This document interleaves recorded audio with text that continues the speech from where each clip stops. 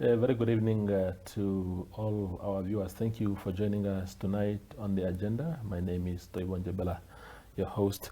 Tonight on the platform, we are joined by James Mnyupe. He's the Presidential Economic Advisor, but perhaps for this platform tonight, he is the Green Hydrogen Commissioner for Namibia. Thanks, James, for making time.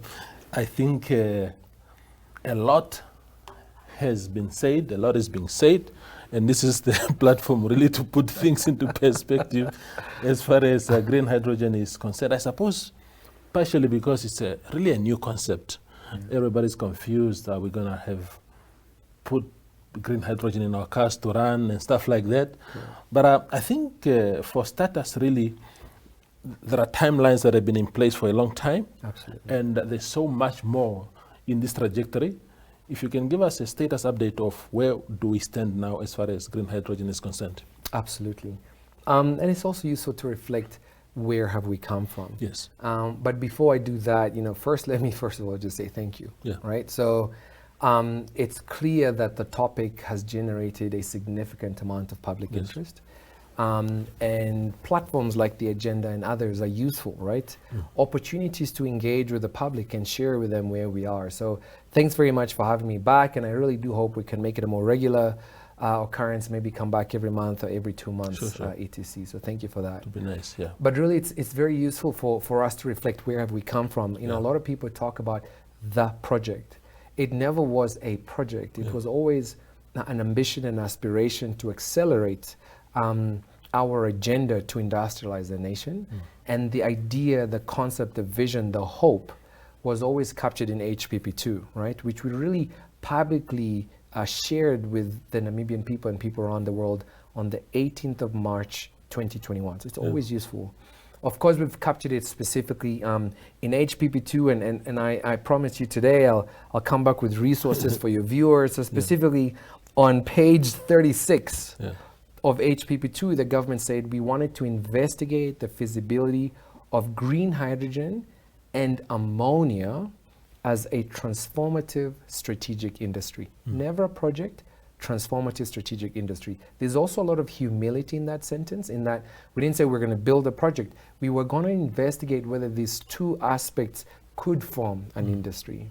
Since then, I think on page 37 of HPP2, there were, I think, 6 or 5 key items that we said we were going to try to do in our effort to investigate. So the first one was, of course, look, could we form an interministerial green hydrogen council? We have done that. We started off with 5 key ministers. Of course, we've improved or at least broadened membership, right? As it became clear to us how big the green hydrogen industry could be. We've also included non-governmental players. So for example, the chairman of the Karst Regional Council is now a member, and I know that the president is going to be broadening that as well, right? Just as it's become quite clear, this region will be affected, this region will be affected, we're bringing in more people. So that's done. The second one was put together a strategy. It was a document that would essentially culminate or congregate a lot of our policy ideas and visions, right? More formally. We raised quite a bit of money to do that. We put together that document that was publicly launched in November COP27, right? In November 2022, internationally at COP27, but of course we launched it here first at State House. Detailed feasibility studies shall be conducted and completed we were hoping by 2023, 2024. The feasibility study for one large project is currently underway, but now 2 or 3 others have also come up. Doris is doing a feasibility study. Cleanergy is doing a feasibility study. HDF, which is another project, is doing a feasibility study. And another project called Chiffon has also come up. So in fact, we've gone from one key government-driven project to now about 5 projects, and they're all being driven by private sector. And then, of course, we said we'll develop the Southern Corridor Development Initiative or Vision. And that was essentially a green hydrogen valley. That has been done for the Karst region, but in the strategy, we've added 2 other valleys, one Irongo region and one in the Kunene region as well. And this new program we're forming with a new office will now start to do a lot of the research for those valleys. And then the last one was very important, a coordinated approach with green diplomacy is required to unlock support from countries with similar ambitions. We've done that right around the world. It culminated in a one-of-a-kind agreement with the EU, right, under the Global Gateway Ambition. But we've now also entered into MOUs with Belgium, Germany, Netherlands. Those are all EU countries, but importantly, Japan as well, which is the third largest economy in the world and one of the largest potential importers of the molecules. And then, of course, Toivo, you saw the other day, South Korea came as well. So the green diplomacy has been happening. And as a whole, you know, it's come to the point where government has come to the conclusion that this is no longer a strategic bet. Yeah. It is a potential viable opportunity that requires us to coordinate and organize ourselves and go after. And this is what we're trying to do. Elaborate. Thank you very much. So James, the EU, the MOU, is it MOU with EU? Correct. From I think it was in Egypt where the meeting was held. Correct. Yeah. If you can give us a sense of what it entails, because again, people are saying, yeah, but you know, it's our resource, and now we are going to be buying stuff from the EU that was produced here, stuff like that. If you can sort of venture us into that. Yeah.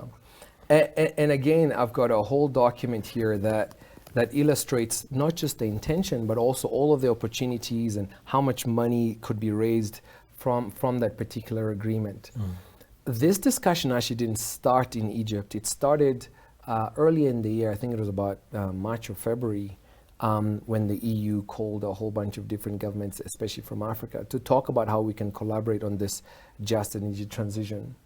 And there was a recognition that Africa has amazing renewable energy resources. There was a recognition that the EU and other developed nations needed to decarbonize industries that were really causing the majority of the pollution around the world, right? And there's some industries they could electrify, but some industries called hard to abate sectors would need clean fuels, and they could not electrify those. And green hydrogen and green ammonia and methanol are potential fuels that could decarbonize those hard to abate sectors. Given that recognition, and of course, given the recognition, this was already 2022, given the recognition that Namibia had already expressed its own desire and ambition in a very structured manner to explore the cost-effective production of green hydrogen, the EU said, wow, we really love the democratic nature of Namibia, the fact that it has some of the best solar and wind resources, and they said, can we not find ways to collaborate to help with the production of cost-effective green fuels in Namibia? And from our side, we will try and come up with the demand, right, to create trade.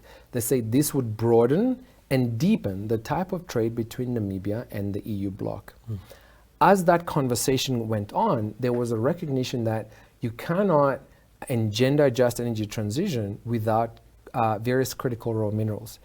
Lithium is needed for batteries. Permanent magnets are needed for wind turbines. Copper is needed for transmission lines and all sorts of things. And so they also recognize that, but Namibia also has an abundance or a plethora of these critical raw minerals that are needed for the just energy transition. Let's collaborate on that as well. Oh, by the way, we also recognize that you don't just want to dig up and sell the metals, but you want to add value to them. So let's capture that sentiment. How could we work with you to help you dig up the metals in Namibia, but add value to them in Namibia and give us more finished goods? Help you industrialize, help us decarbonize. Number two. Then over time as well, number three, there was a recognition that both of those sectors, green hydrogen and value addition of critical raw minerals, needs what? Water. You need desalinated water there. Processing these minerals needs a lot of water. So water was then added as a third aspect. Now, all of these items under this MOU, you know, like how China will have the Belt and Road Initiative, the EU has one called the Global Gateway Initiative. And they're saying that through their values, they would like to deepen and engender trade on more equal terms, on transparent terms, and in a manner that respects the environment with select partners from around the world. So Namibia was essentially identified as a champion, not just in Africa, but around the world, of a partner that the EU would like to work with, Yeah. and they therefore then said, let's focus. So the MOU said, guys, let's talk about how we can work on this. And then after that, they said, develop a roadmap that would then identify a key set of activities that then brings the MOU to life. Yeah. And what did the EU say they would do? They would provide funding, whether it's grants or concessional loans. They can provide visibility on offtake, because there's no use making the product. You need somebody to buy them. So they'd provide visibility in offtake, and they'd also work with you, for example, to help you with collaborating on regulatory items, right? So certification of what is a green molecule, etc. Yeah. And then, of course, what we would call knowledge transfer, but talking about how we can share information with each other through tertiary institutions, etc. Broadly, that was the MOU. And now we've finished actually the roadmap as well that has been sanctioned by both governments. Yeah. In October, there's going to be a seminar held in Brussels where Namibia and the EU is coming together to now showcase the progress that we've made to the world in these three specific aspects. Okay. Another question, Mr. Mnyupe, has been around how hyphen energies, I think, how they came on board. They are now driving this project essentially, and questions are, how did they come on board? Were others given an opportunity? If you can also address that for us. Yeah. This one, Toivo, I prepared a special document just for you, yeah. and really for the viewers of the agenda. And I can also promise that, in fact, we will give you this document, and we would love for you to share it with all of your viewers, put it on your website, etc. Yeah. And we really try to capture in as much detail as we can the various timelines, right? Yeah. So 18th of March 2021, we launched HPP2. In Namibia, it was a public event, State House, full media coverage, aired live television, NBC, Namibian Presidency Facebook page. We will give you the links. So that's where we started. Fast forward to the 23rd of May, 2021. The president then went ahead and put together the Green Hydrogen Council. We of course got our appointment letters, and the items on page 36 and 37 were given to us as deliverables. That's also publicly known. 10th of June, 2021, we launched an SCDI market sounding document. Now, what is that? We basically went to the market now and said, HPP2 is alive. It says we want to explore this as a strategic sector. The GHC is there. The SCDI then said, we believe that because Lüderitz and the Karas region has all of this good wind resource, we want to develop a project in that region. And we gave this out to the market and we said, this is so far what we're thinking of doing. What do you think as various market participants around the world? How can we hone and shape our thinking before we release a formal tender? This is actually done globally here as well to ensure that the tender that you release is actually relevant for the market. So this was now shared with various bodies here in Namibia, the Construction Federation, Engineering Council, the Green Hydrogen Private Sector Body, which is the Namibian Green Hydrogen Association, various developers. It was advertised on this website that we set up specifically for green hydrogen, gh2namibia.com, and on the NIPDB website as well. And we got feedback from various players. Then on the 23rd of June, 2021, we launched the market sounding document. It was a virtual event. There was 100 participants from around the world that came on. Sounding documents were advertised on the Green Hydrogen website and on NIPDB website. So all of that information we have for you. The session was conducted on the 23rd of June 2021 between 10 and 12. There was a Zoom session, etc. We have all of that for you as well.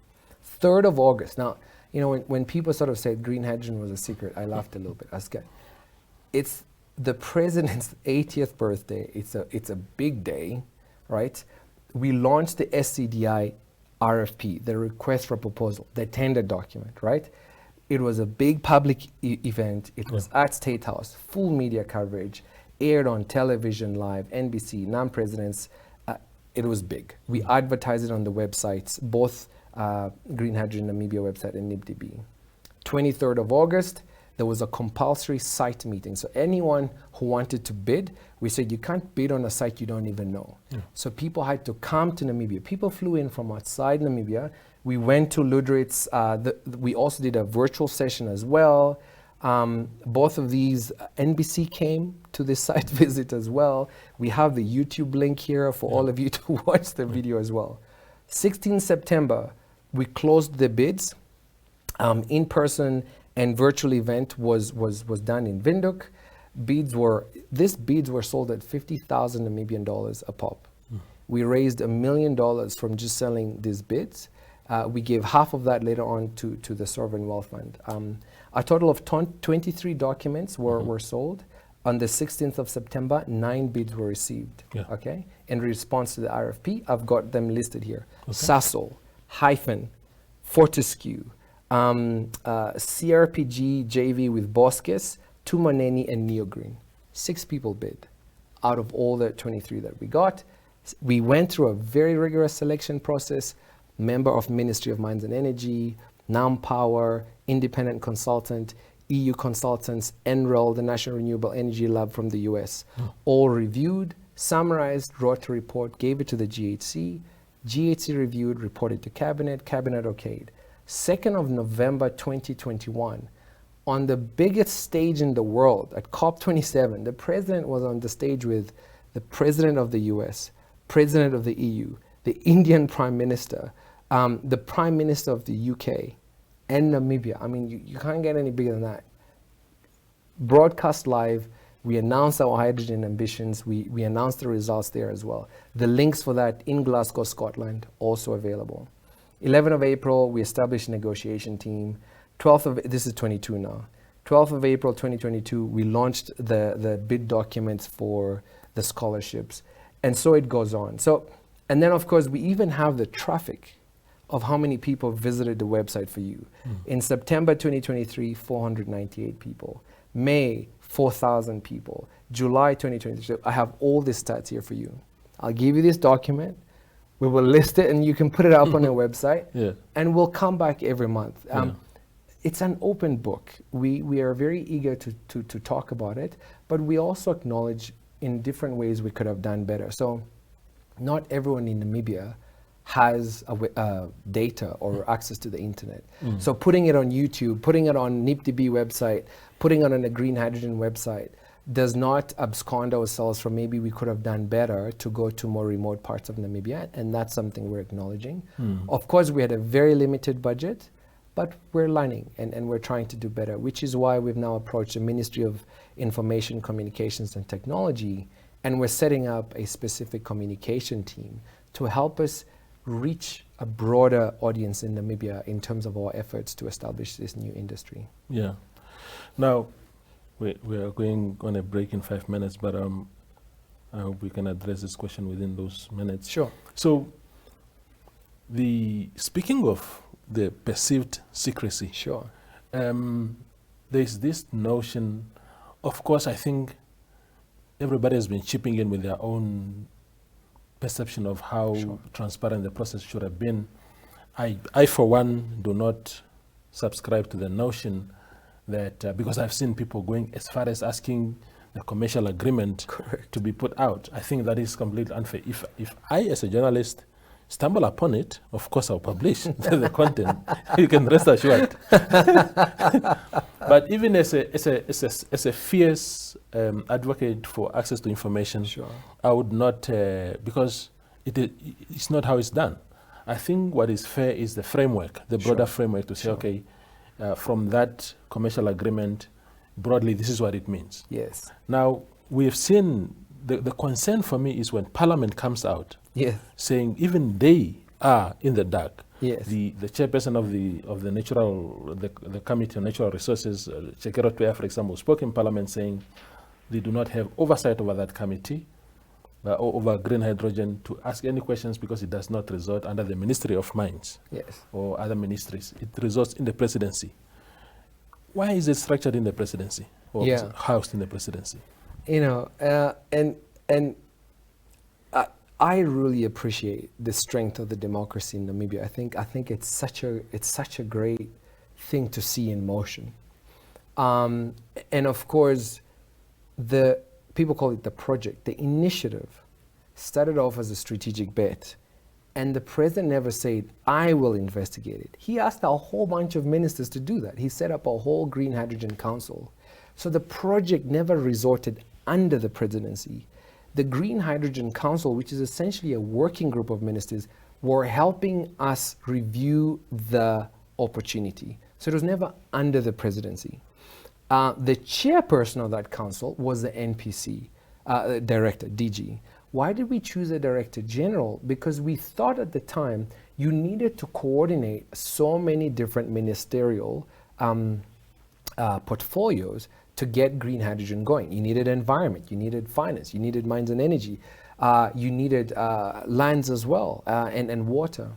And so national planning, as also the chair of the Cabinet Committee on Trade and Economic Development, would be a natural person to do that, right? Because it wasn't just energy. Tom Alwendo, the Minister of Mines and Energy, is the vice chair of the GHC. And remember, we were investigating. Along the way, it became more and more clear that the Ministry of Mines and Energy should play a more prominent role. So the green hydrogen program and this office, right, that we've set up actually is set up under the Ministry of Mines and Energy. And we've come out and said that. So, and the president then said, you know, James, as much as you're the economic advisor, I am giving you a task here to help the Ministry of Mines and Energy and to work with the Ministry of Mines and Energy to then implement the green hydrogen strategy, which was written by the Ministry of Mines and Energy. So in actual fact, the Ministry of Mines and Energy is really sort of my direct reporting line as far as my job as being the Green Hydrogen Commissioner. And that has come over time as we've discovered where this thing should be. Of course, parliamentary committee, when they reached out and they wanted more information, we went all the way to Swakopmund. We spent the whole afternoon talking to the parliamentary committee on natural resources, the parliamentary committee on economics as well. We presented to both of them. And I have subsequently spoken personally to Chakera Twaya, and I've availed myself and information, and you know, we're at their disposal. And by the way, that's just the beginning. Because you know, we have to set up a whole new piece of legislation as well. Yeah. Parliament will have to review that legislation over time, as would the public. So you have to build a close relationship with the parliamentarians and avail them with information. And you know, where maybe we were naive about the extent to which we should do that, over time, given all the feedback, we're getting better at realizing which key stakeholders should we be spending more time with. So for me, I really loved that whole process because we're learning a lot and we're trying to be responsive to those stakeholders who rightly need to know more and more and more about what we're trying to do. Absolutely. It's break time. We'll be back shortly with James Mnyupe. Neopaints has established a 67-year Namibian legacy, creating personalized paint solutions that blend quality and innovation for the Namibian people. We pride ourselves in being a 100% Namibian-owned company, investing in our country and our people by employing and empowering true Namibians. With every brushstroke, Neopaints commits to our quality guarantee and always delivering a coat of excellence.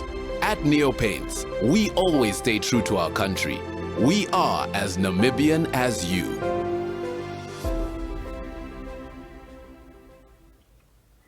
The conversation continues on the agenda. Now, James, I think of all things that have been said, the aspect that has been so contentious is around equities, the Namibian equity into this project or initiative or whatever we want to call it now. 24% has been made available for us to either decide to take it up and in what format we are going to take that up. You know, what we did at Namibian Sun at the time, we looked at the value of that project. Yes. And then we said to ourselves, a very basic arithmetic approach to say that if the overall project is worth this much, then 24% ought to be this much. I think we say 16 billion or something like that. And we were told by the presidency that we got it completely wrong. So Let's get it right today together. Yeah, exactly. What does that equity entail, and what are we taking it up? I know that government has also been quite reluctant to say that. I can't remember the article that we did last time. There was some reluctance to borrow money for it or something like that. If I can't remember now. Sure. But you can help us put things into perspective. Let's talk together today, slowly but surely. You know, hopefully it's on video so people can watch it over and over as well. Yeah. Step number one, government doesn't have to take up equity in any of these projects, right? And we can also talk about comparable opportunities just so that we get it. So you've got an oil development, and their government will say get given 10% free carry, which means you can get 10% equity, but also, and you need to now talk to NAMCOR, Total Shell about this, it's up to a certain point. Post sort of early development, as you're beginning to go into more advanced stages of project development, NAMCOR will have to raise money to follow up some of its equity. And of course, those agreements could differ from project to project, right? It's useful. We're just the ones who are now so open and we're telling you guys everything from day one. Yeah. Okay? So now you've got this project. The industry in itself is nascent, which means it's new, it's not yet commercially feasible on its own, it needs subsidies, so you need to support it a little bit. Not in Namibia, everywhere around the world, right? And in other places around the world, governments are pumping billions of dollars into these projects and into these industries to support them. Does Namibia have billions of dollars to support this new industry? No. So we obviously have to be reasonable and supportive in other ways. Okay.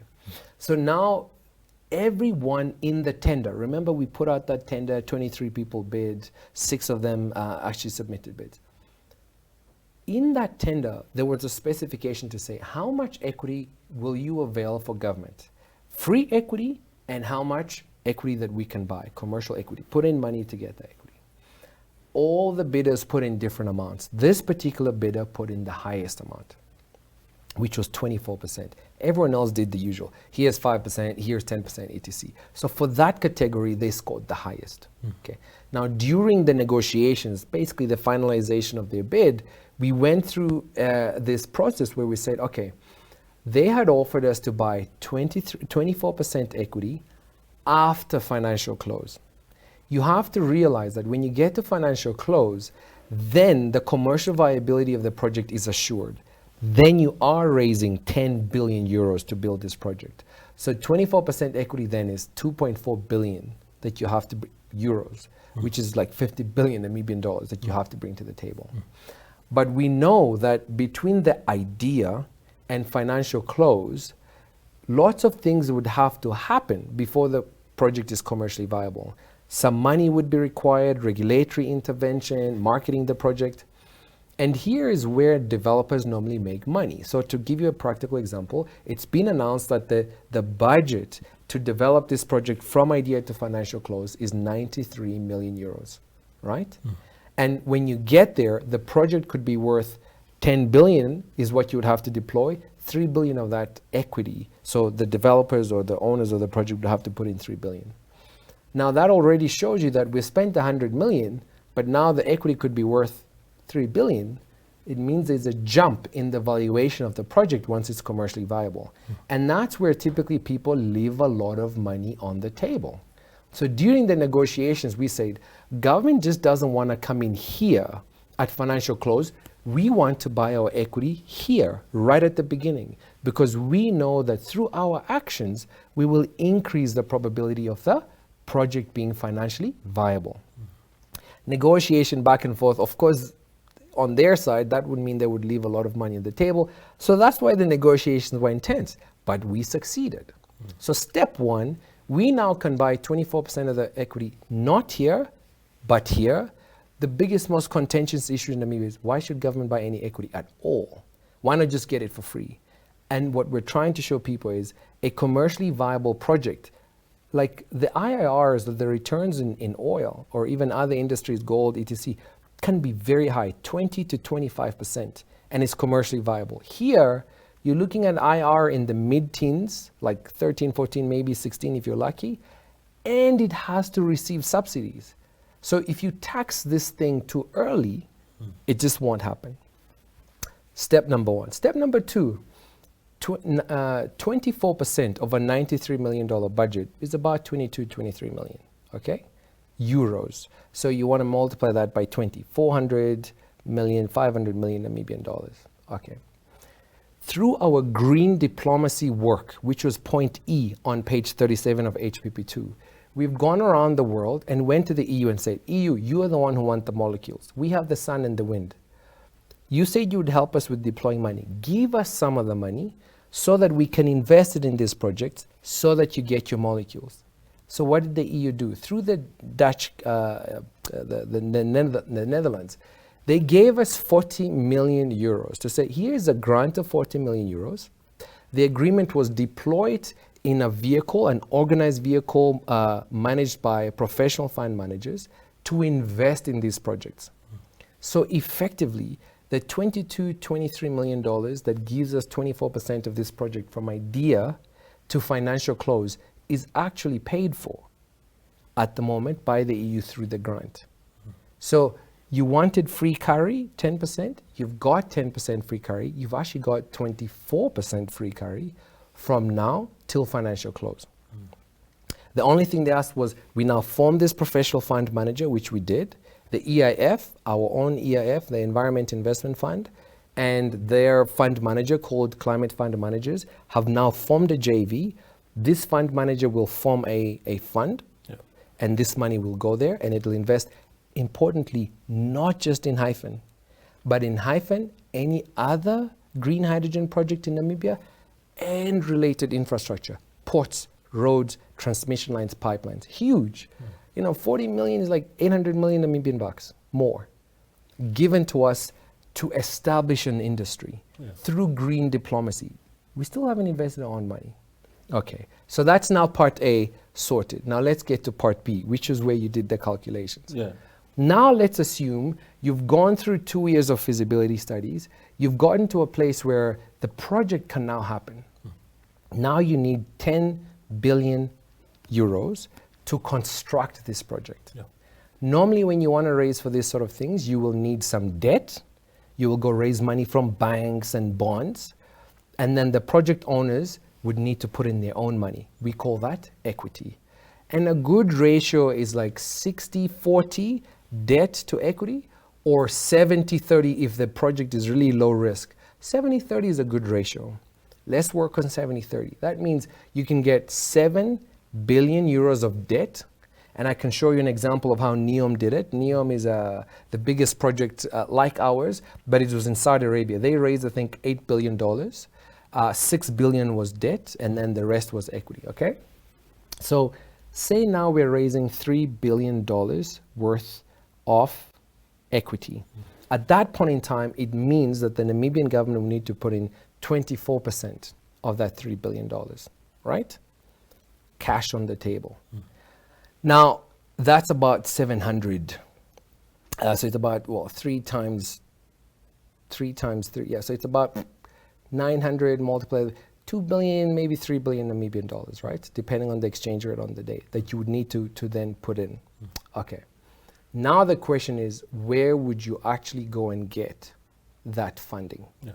And the Namibian government is looking at various options, right? So for example, we have negotiated with the EU that we can get concessionary capital, concessionary loans to the tune of 500 million euros, right? To say, look, here is money. If you were to borrow your own money in the Namibian government to invest, you would need to borrow at BB minus. That's your investment, below investment grade rating. If you wanted to invest, if the EIB, the European Investment Bank, if it borrowed money, it would borrow it at investment grade AAA rating. And they're saying that they will then pass on that $500 million to us at that investment grade rating. So essentially we would get a very, very cheap loan to potentially buy into the equity of this project or any other infrastructure project that we wanted to invest in. The most important thing, it is not an obligation, right? It is an option. If we want to do it, we can do it. If we don't want to do it, we don't have to do it. Has any decision been made on that yet? Yes, the decision that has been made was go ahead and investigate the attractiveness of this project. Yeah. Just as we did a feasibility study on the whole industry, the equity option that essentially the Minister of Finance signed would say, team, go and investigate whether this is a good project, as are any of these other four. Then by November this year, we will make a decision to say, yes, we think some of this 40 million euros that we got is good to be invested in this project. So that 23 million will then be invested. When you get to financial close, you now own 24% of a project that is worth a lot of money. You have a couple of decisions at that point in time.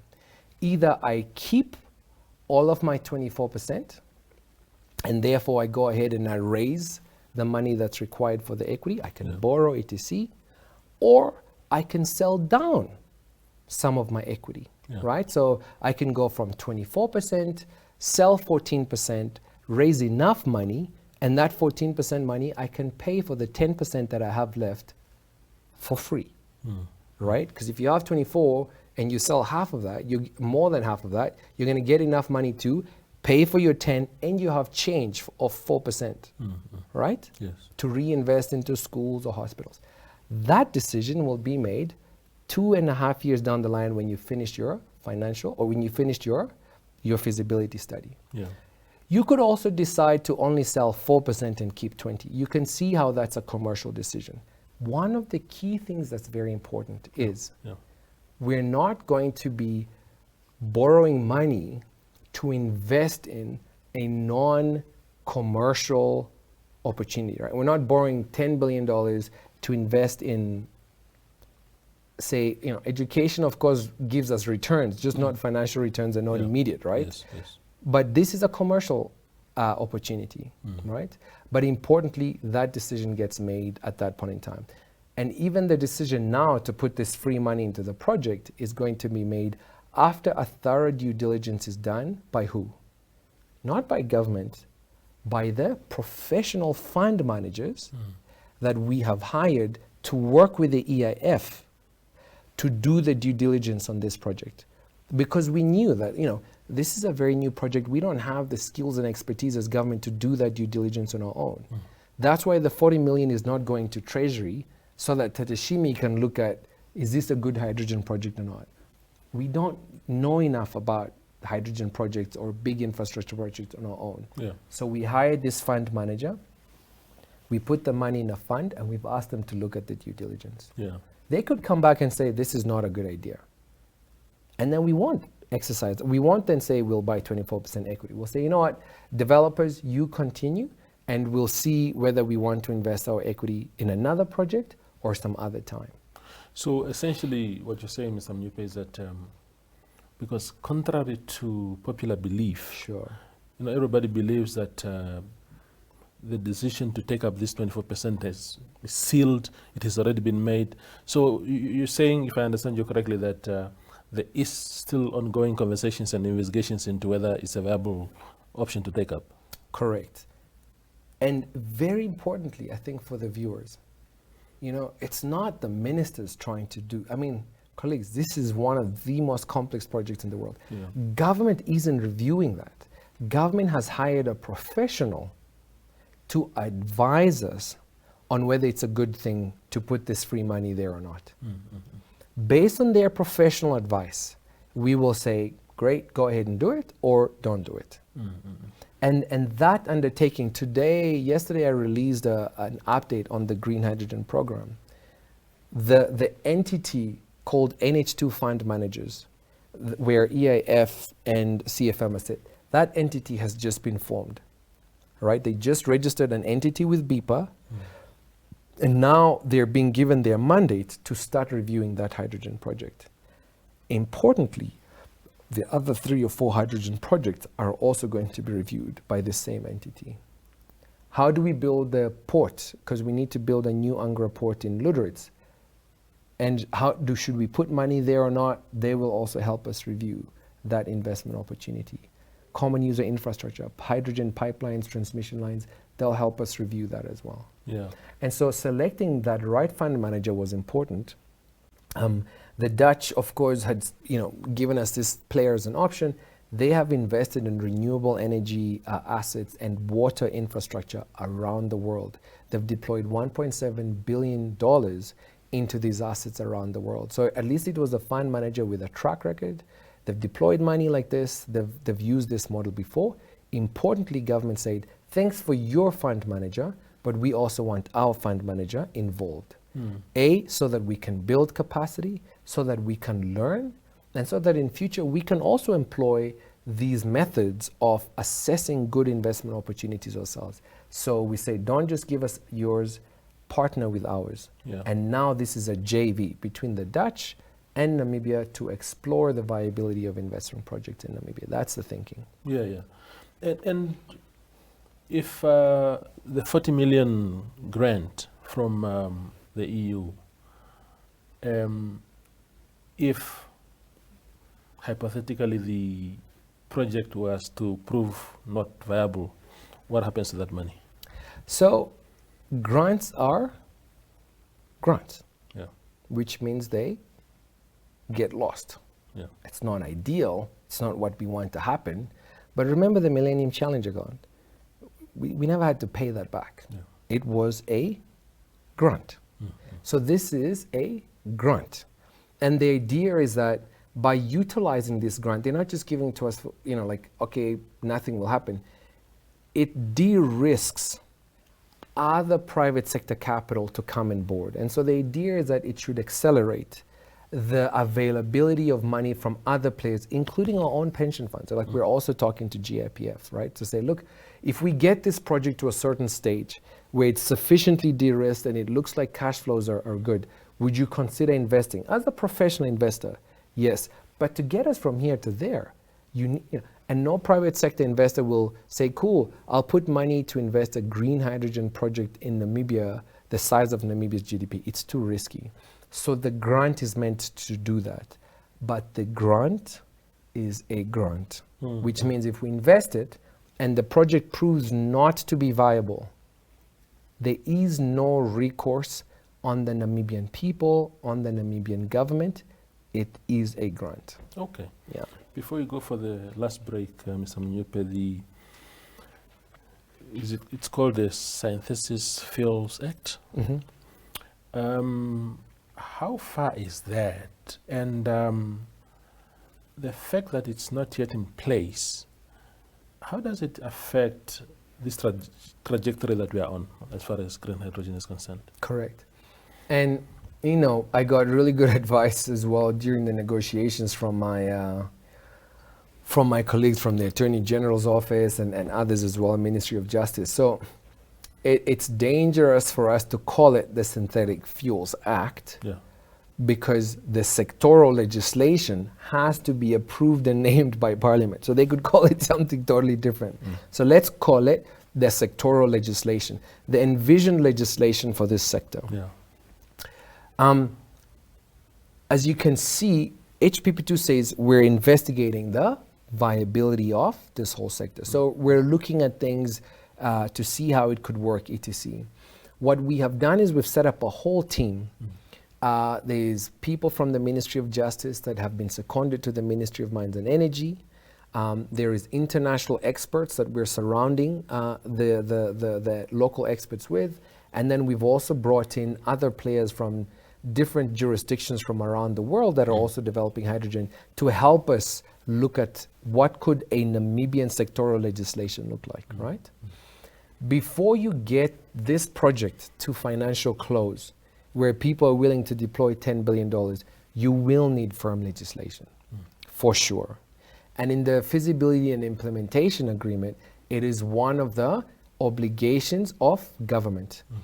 Work inside yourselves, create a draft sectoral legislation, submit it to Parliament for review, and once passed, there is legislative certainty of how these particular projects will be taxed, how they'll be regulated, etc. So in the 2.5 years, in this feasibility period, you can see that the private sector has to do certain things.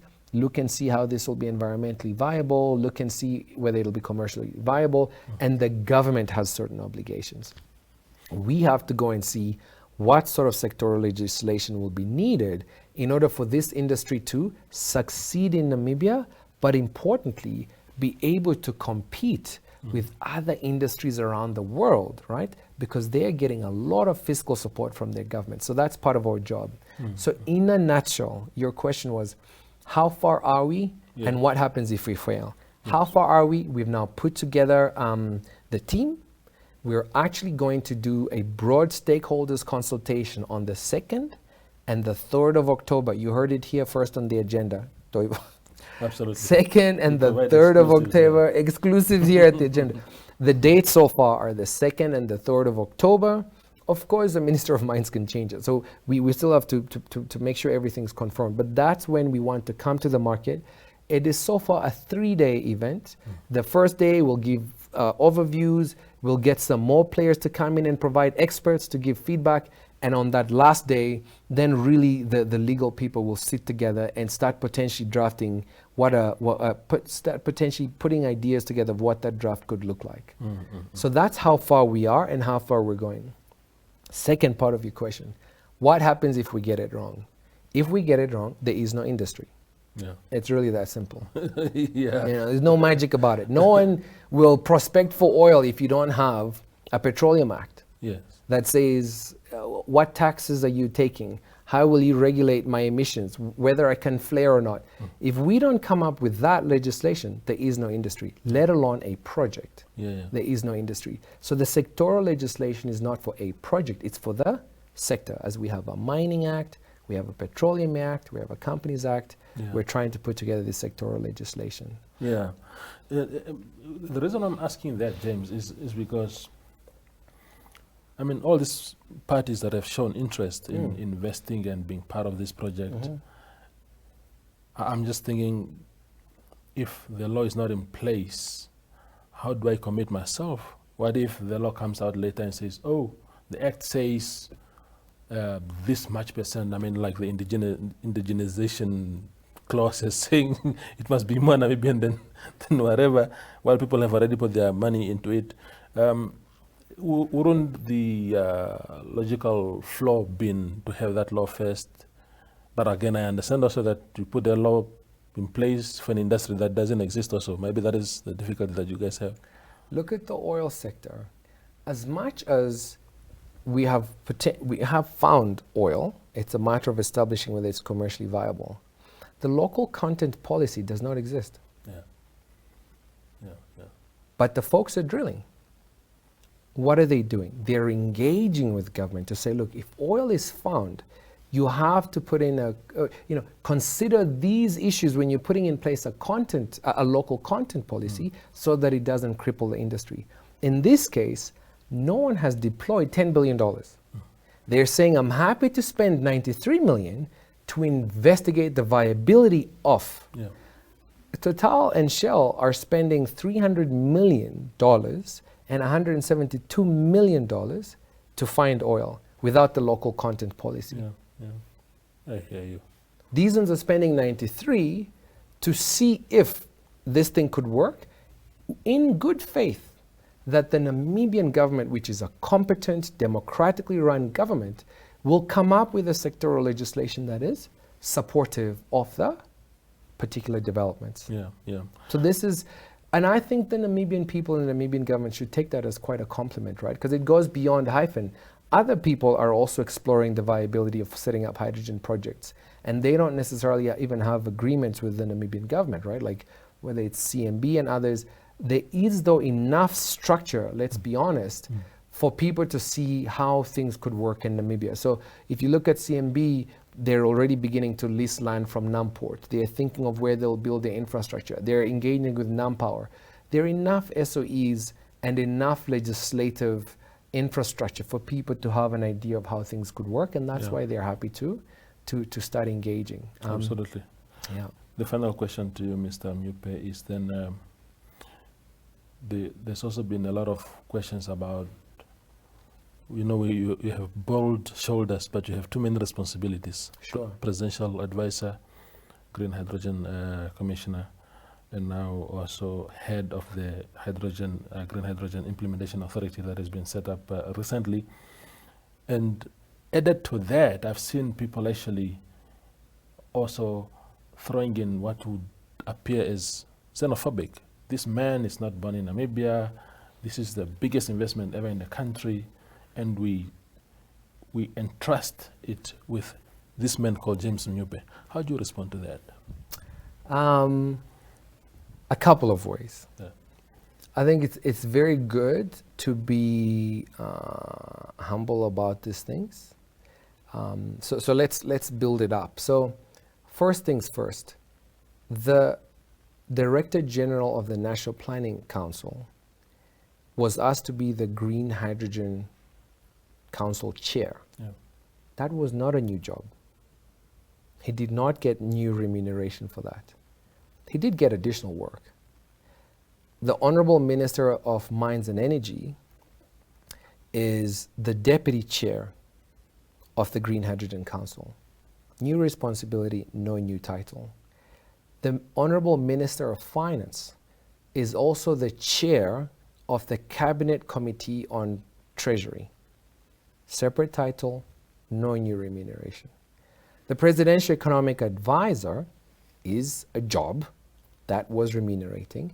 And when I was asked to be Green Hydrogen Commissioner, it's the same thing. It's a responsibility, no remuneration. Strategic bet, investigate whether it'll work. When I was asked to be head of the Green Hydrogen Program, that was a new job, right? And that, we were told, look, try and spend most of your time there and see whether that can get done. So that was a new job with, or at least a new responsibility with new remuneration, right? And we've told that to the Sun. So really, I have two tasks. One, to continue to advise the President on economic matters. And two, to run, very importantly, a donor-funded program, right? Not an SOE, not a new directorate, not a government institution. It's a program that has been funded by donors, that has been given to the Ministry of Mines and Energy to say, dear Minister of Mines and Energy, we have faith and confidence in the strategy that you have developed. We would like to give you resources to help you build capacity to deliver on that strategy that you have done. Yeah. So we've so far raised 3 million euros from the Dutch government, 1.25 million euros from the EU Commission, and we're raising some more funding to create capacity in this donor-funded program under the Ministry of Mines and Energy to deliver the strategy. Yeah. And we've started now recruiting for other executives as well. So that is the roles or responsibilities, the burden on my shoulders. Mm-hmm. Toivo, the truth is, all of the work we've done until today, we did with zero budget. There was no additional budget to this job. And really zero team within government. Everyone that had worked on this from government had an existing job, whether it's the ministers, the various people from the OMAs, everyone. And then of course we got donations to bring on experts. So for the first time in 3 years, or since 2021, 2 years, we've now started getting resources to build a dedicated team to focus on this. So in actual fact, it almost makes my job less, right? Because now I have other people to share the burden with. Yeah. And then I think the last item with regards to the xenophobia and everything else, I think I have, for me personally, when people say I can't do something, or I'll fail, or I'm not tall enough, or I'm black, or I'm, we face these things as human beings all the time, whether it's racism, sexism, xenophobia.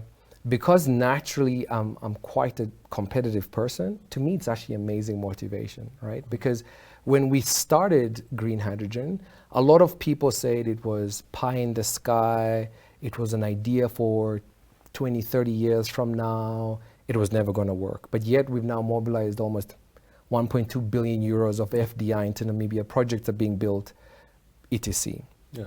And then I think the third, and then, this issue with he's not Namibian, etc., that one is a bit above my pay grade, right? Like that one is, I'm a citizen, I've got an ID card, I've got a passport.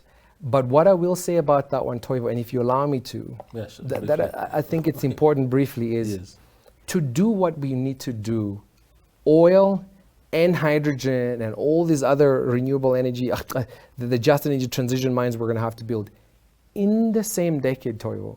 Yeah. By 2030, we want to do all this together.